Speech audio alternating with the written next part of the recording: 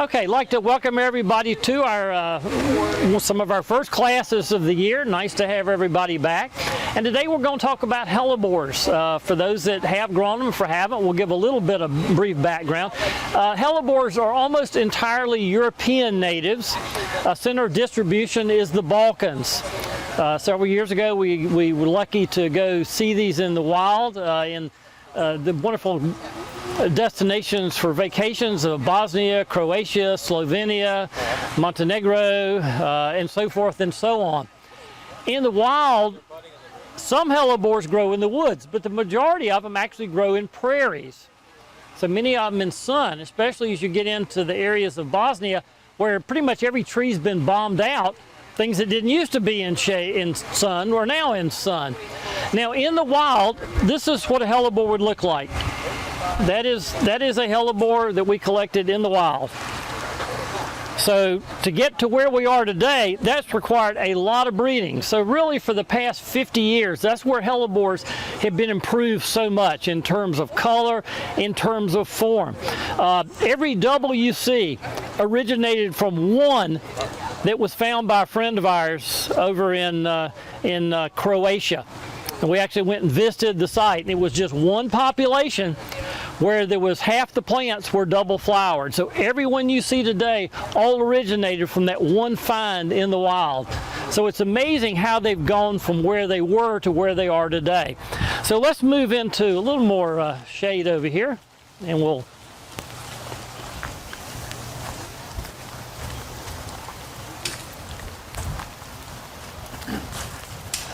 What's the name Hellebore mean? That's a good question. I should remember, but I do not. Apologies. No, it's oops, sorry, let me shut that off. So with hellebores, we divide them into several groups, so to make them make sense. The one outlier of the group is one called Helleborus Niger. It's often called the Christmas rose, because it's one of the earliest to bloom, typically blooming around Christmas. That always is white, and it always faces out. It's the only hellebore species, no, take that back, one of two, that naturally face out. All the rest of them face down. So what you typically see is called Helleborus hybridus, or what we see here. Hybridus means it's a mongrel mix. So there's probably at least 5 species in all of those. Helleborus viridis is where the yellow comes from. Helleborus purpurescens is where a lot of the purples come from. Orientalis is where the whites come from. And they just mixed all those up together. And that's where we got Helleborus hybridus. When you grow hybridus seed, and obviously they're going to seed all over your garden, you're going to get everything back through many generations. So if you buy a double purple, it's probably not going to see double purple unless you isolate it. The more you isolate it, when I say isolating, we're probably talking 20, 25 feet apart. The bees are they're pollinated by honeybees. And honeybees, as you know, fly a pretty long distance. So the better chance, if you want to keep a fairly consistent color, plant them 25 feet away, put a lot of that kind in there so that the bees don't have to go far to pollinate them. A lot of people don't like them seeding. If not, as soon as they finish flowering, just go cut the flower stalks off. You will not have any seed. But Niger is very different, again, because it's flowering early, so typically Niger doesn't cross with all these other species that made hybridus. And up until a few years ago, we didn't think it was possible that they crossed. Now, somebody has showed us that we're wrong. So a lot of what you see now with outfacing flowers, a lot of that came from mixing Helleborus Niger in. Question? Yeah, I was wondering, you said cut them off so they don't seed? Yes. But the flowers just look so good, so long. How do you know when you need to cut them at a certain time of year? Ah, okay. If you look at where the flower is, look in the center of the flower, you will see what are called carpels. And those are 5 little tubes. The minute they start turning yellow, you've got 2-3 days. Oh, wow, okay. And then if not, it dumps its seed. Right. So very important that you know when to do. So the colors you can see, these are all some that we grew from seed from strains. And you can just see the color. So here we've isolated these together, and we will come in and take seed off these because we know these will be fairly consistent. And again, what we're aiming for now are things that face out. So you can see right here, this one completely faces out. So 10 years ago, you would be very hard pressed to find one that faced out. Now, every year, we will come in and we will take out older plants that don't face out and replace them with newer ones that do. And eventually, we'll get to the point where all of ours will face outwards. So in the wild, they're protecting their flower parts for the insects and against rain and freezing. Because over in the Balkans, it's pretty easy to have a snowstorm when the hellebores are in full bloom. And if you've got all your sex parts up here, you know, big snow comes in, flowers broken off. Some of the areas we visited, everything had been smashed because of a recent snowstorm. Now, a couple of things that happened very interesting recently.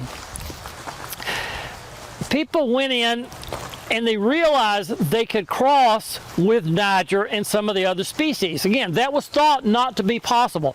And they created things like this. This is Helleborus Niger Coors.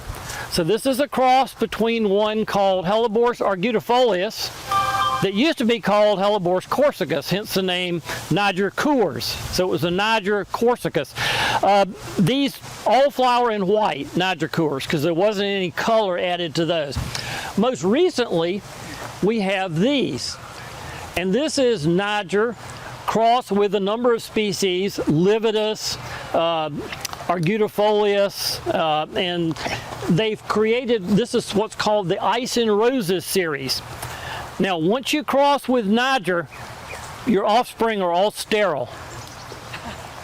So you have no more seed to worry about. So you got two main strains now. You got the Abergensis strain, which is most of these are coming out of Germany, one group out of England, and the Glandiferensis strain. This is a Glandiferensis. That has absolutely no offspring ever, completely 100% sterile. This has been in bloom since, I'd say probably now 4 to 6 weeks. So the bloom time, because it doesn't set seed, is just longer. These are actually blooming machines. So back here on this row, this is the other series. These are the Abergensis. And if we hadn't just cut the foliage off, these have beautiful patterned foliage. All the patterned foliage comes from one species from Spain called Helleborus Livid. It is one of the most beautiful species, and it is the one species that requires sun. If you put Lividus in shade, it is not going to be happy. And we can show you some on the back patio.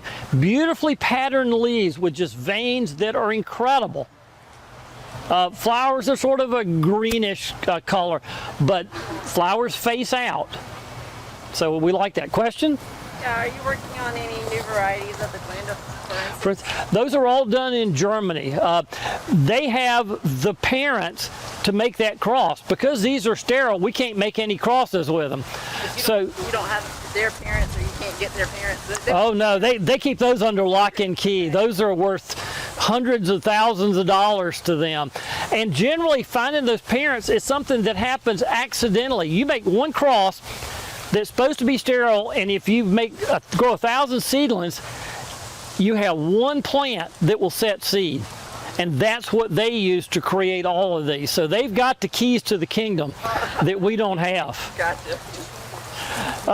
The colors you can see range. This is, as I mentioned earlier, from Helleborus Viridis. You're getting these beautiful yellows.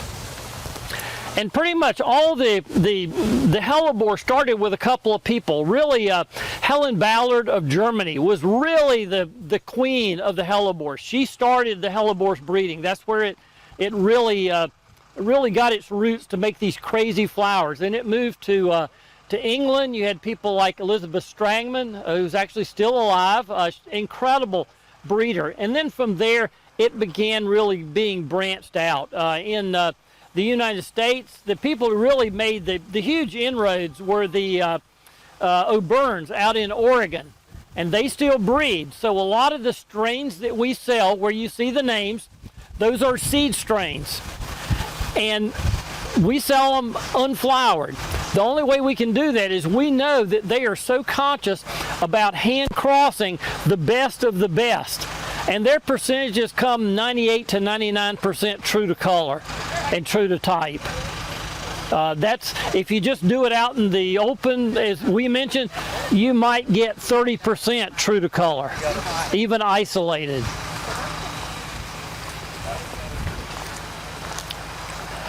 So there's a lot of new people getting into Hellebore breeding. Pine Knot, certainly up in Virginia, has done a tremendous amount. They got a lot of their material from England.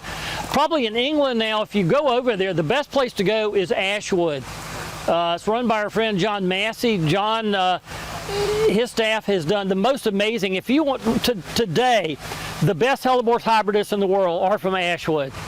And that's in sort of central England. It's worth a visit. 2 years ago, we were there right before pandemic for Hellebore season, and the colors, the intensity of the colors is unlike anything I've ever seen. So we were very fortunate to be able to bring back quite a few, and we'll start getting seed from those and hopefully be able to offer more of those in the future. Yes? You mentioned the Auburns earlier in Yes. Washington State. Yes. You said that they isolated them. How do they do that? Do they keep them in a greenhouse? They do. Net over them? Yeah, they keep them in a greenhouse. They're actually in Oregon, but yes, everything they breed is in pots. So they keep those in a greenhouse, no insects allowed, and every year they continue to upgrade so that if you get something better, that's why their strains continue to improve every year. Yeah, it's not an easy thing to make hand crosses of Hellebores. And when you do, if you look at the flowers, you will notice there's the little things around here are the pollen. You can actually touch them and it'll come off on your finger. Right in the middle are the ovaries. And so you take the pollen from there, do it on the ovaries, and then you've just pollinated your Hellebore. So if you want, the only way to get a double is to have a double parent and a double pollinator as well? the only way, the only way to be sure you get doubles is to cross a double with a double. If you cross a double with a single, you get what is known as an anemone, which means you got one set of petals and then you got sort of a collar. You remember those people in the paintings from England where they had those ruffly things around your neck? That's what you get with a Hellebore if you cross a double with a single, which is really fascinating. I mean, you'll see some today. There's some pretty amazing plants, and we call them anemones, and we have a few. We never have a lot because you don't get a high percentage of those. So let's go look at some Lividus, and we'll look at a few other colors as we walk around. Are any bred tissue culture? Good question. Okay, you can see, I'm just walking you through some different colors. The question was, are they tissue cultured? Yes and no. Anything that is crossed with Niger, tissue culture is fairly easy. Anything of Helleborus hybridus is almost impossible. There's really one lab in the world in Japan that has mastered hybridus. All the rest of them have failed miserably. So you would think they would all be okay, but they're not. Now, I mentioned earlier that most of the species are from the Balkans. There is one species in China, and it was one of the last species to be discovered. And that's pretty unusual to find. And it's a very early one, and it lives in bogs. It does not like to live dry, so the complete opposite of all the others. It's an odd animal. What's the species of that one? From the China, that is Chinensis. sorry, no, my brain just shut down. I'll tell you in a second. Talked a lot of plants today, so. Yeah. But you can just see the array of colors.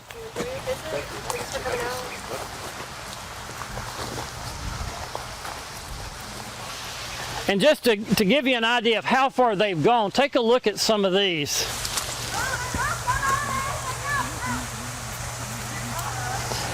This is painted doubles from the Auburns I mentioned. I mean, to think that they went from that little plant to something like this. is that I don't think people that are not plant breeders can conceive of the years and years and years it takes to go from that little dinky plant to something that really nice. But again, pass that one around. And you can see how even the seed strains vary. So all 3 of these are from the same seed strain. These are all painted doubles. So you see, that's got the biggest flowers, but they're hanging down. Right. That one a little smaller, but they're facing out, and then this one late. So that's what you would get when you buy a seed strain, is they're very similar, but each one's going to be a little bit different.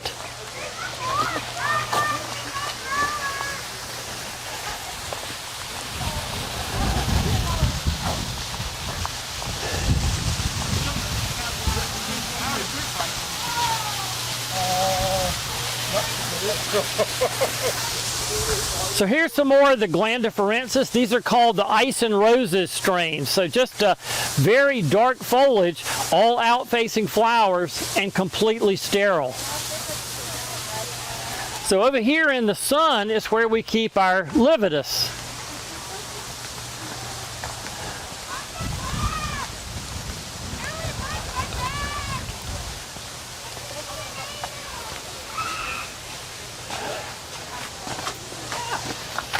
So this is Helleborus Livid. This is where all the intricate patterns of leaves come from, this species from Spain. It requires sun. Do not put this plant in the shade. It will sulk or die. And small flowers, I mean, the flowers are not fabulous, but there's a lot of them. When this thing fully opens in another week, it's an amazing show. All the books say this is not winter hardy. And many years ago, we invited to speak one of the foremost expert of Hellebores in the world, Will McLuhan. And he's doing a talk here in Raleigh, and he's mentioning something about this plant, and he said, it is absolutely not winter hardy at all. It's very, very, you can't take frost. And anybody who sells this and tells you it's hardy, they got the wrong plant. And so I said, excuse me. I said, we have this growing, and it's absolutely fine for us. He said, well, it's probably the wrong plant. Where did you get yours? I said, we got it from a seed dealer called Will McLuhan. And he just, damn. And what had happened, one, in England, they get no summer heat. This is a species that requires heat. And because of that, it never developed any winter hardiness. Because we're hot, it's absolutely rock hardy for us. We've had them out for decades with no problems. So it really does matter where the plant comes from and where the plant's being grown. But this also has out-facing flowers. So when you cross this with a Niger, all your flowers can't help but being out-facing. All right, do we have any questions? I've talked a lot about, I hadn't talked a little bit about cutting back, so that's something very important. Hellebores are evergreen, so they have foliage that remains year-round. You do not have to cut the foliage back, but by the end of February, the foliage is going to get looking a little ratty. So what we do is the minute we see color on the new blooms, we cut all the old leaves back. And we do that simply for appearance. It doesn't affect the plant one way or the other. It just makes it look nicer. You'll notice all through the garden, we've gone through and cut all the old foliage back. And you can do it now. Don't do it in the middle of summer. Hellebores go dormant in the summer. That's their summer months. From really late May till October, they are dormant. They're not growing. Do not divide them in the summertime. You will kill them. The only time if you need to divide a hellebore, once it gets cool, October, November, December, January, February, you can divide away. After then, wait till next year, because you will kill it if you divide it the wrong time of year. Question? No, it was about, you mentioned this one has the hybrids that all have the beautiful foliage. I think like Anna's Red and Penny's Pink are some examples. That's the parent. That's what gave it all that beautiful color, that plant. Since this one needs sun, does that mean that its children probably need a little bit more sun? Because some of mine are doing sun, and I wonder if that's why. They actually do better in some sun. Not full sun, but a couple of hours of sun or a higher canopy of shade. Anything that has that as a parent absolutely does. And then I had another question about, you said cutting back. Yes. I was looking on the internet about Black Death, and I guess it's something that can impact hellebores. Do you need to clean your clippers between every plant you go to prevent? If you've got Black Death in your garden, Black Death is a weird pathogen that just comes in and looks like somebody took a black magic marker and just marked up your hellebore. It's almost unknown in the U.S. Okay. Not completely unknown. We had a couple plants, I'd say probably 3 or 4 years ago that had it. Dig it up, bag it up, throw it in the dumpster. Haven't seen any since. So. And would you replant hellebore the same? We did, yeah. Give it a yeah. rest. Yeah, we put it. You can take it. I would do if you actually have that, do a Clorox drench. Just get like a 10% Clorox solution in a watering pot, drench it. You're good. Okay. But the chances of most people in America ever seeing Black Death is so minimal. It's a much bigger problem over in the EU. Yes. You said about waiting for the color to show. Yes. Does it hurt it if you don't wait? Because you can tell which is the older full. Great question. Do you have to wait till the color? The reason you want to wait is because those leaves keep the ground cool. They keep the hellebore from flowering too early. And if it flowers too early and you get a night down below 10 to 15, you're actually going to lose the flowers. 15 degrees probably be okay. It'll damage the flowers, but they'll be back. But if you cut too early and you get some sunny days, they warm that ground and it pops too early. So that's the only reason to wait. So once the flowers are showing color and they're generally up above the foliage, it doesn't matter because you're not going to slow anything down at that point. So it's more of you're taking a gamble that you won't have a cold drop that late. If you do now, so if you come out here in the morning for open house and it's in the 20s, all the hellebore stems will be like this. Not to worry. As soon as it warms up, they pop right back up. Now, there's only so many times they can do that. If you got 30 nights like that, we're down, up, down, up, down, up, they'll eventually wear out. But they'll take a dozen or two with no problem. So that's just the nature. They are wired to deal with cold weather. Great questions. Any others? Yes. In the fall of, I think 2020, I got a huge flush of foliage growth. Yes. Which I haven't seen any other year, and I've had them for 15 years. Yes. Yeah. More than likely, what happened that year? You had a little bit of cool weather, and it shot them into. They got their winter chill requirement, and then you get warm, and they're like, it's spring, and they start growing. Not ideal, but they're fine. It won't really hurt the plants. But yeah, we see that occasionally when you have these falls where it's cold and then warm again. Great questions. Any other? Yes. I put a newly purchased Helleborus in a cold frame for a couple months, and it looks like it started to get powdery mildew. Yes, yes. Most likely Botrytis, which is sort of like a gray powdery mildew. You need to keep that treated because if you have a hellebore in a cold frame and it's moist outside, it'll kill the whole plant in a matter of 3 days.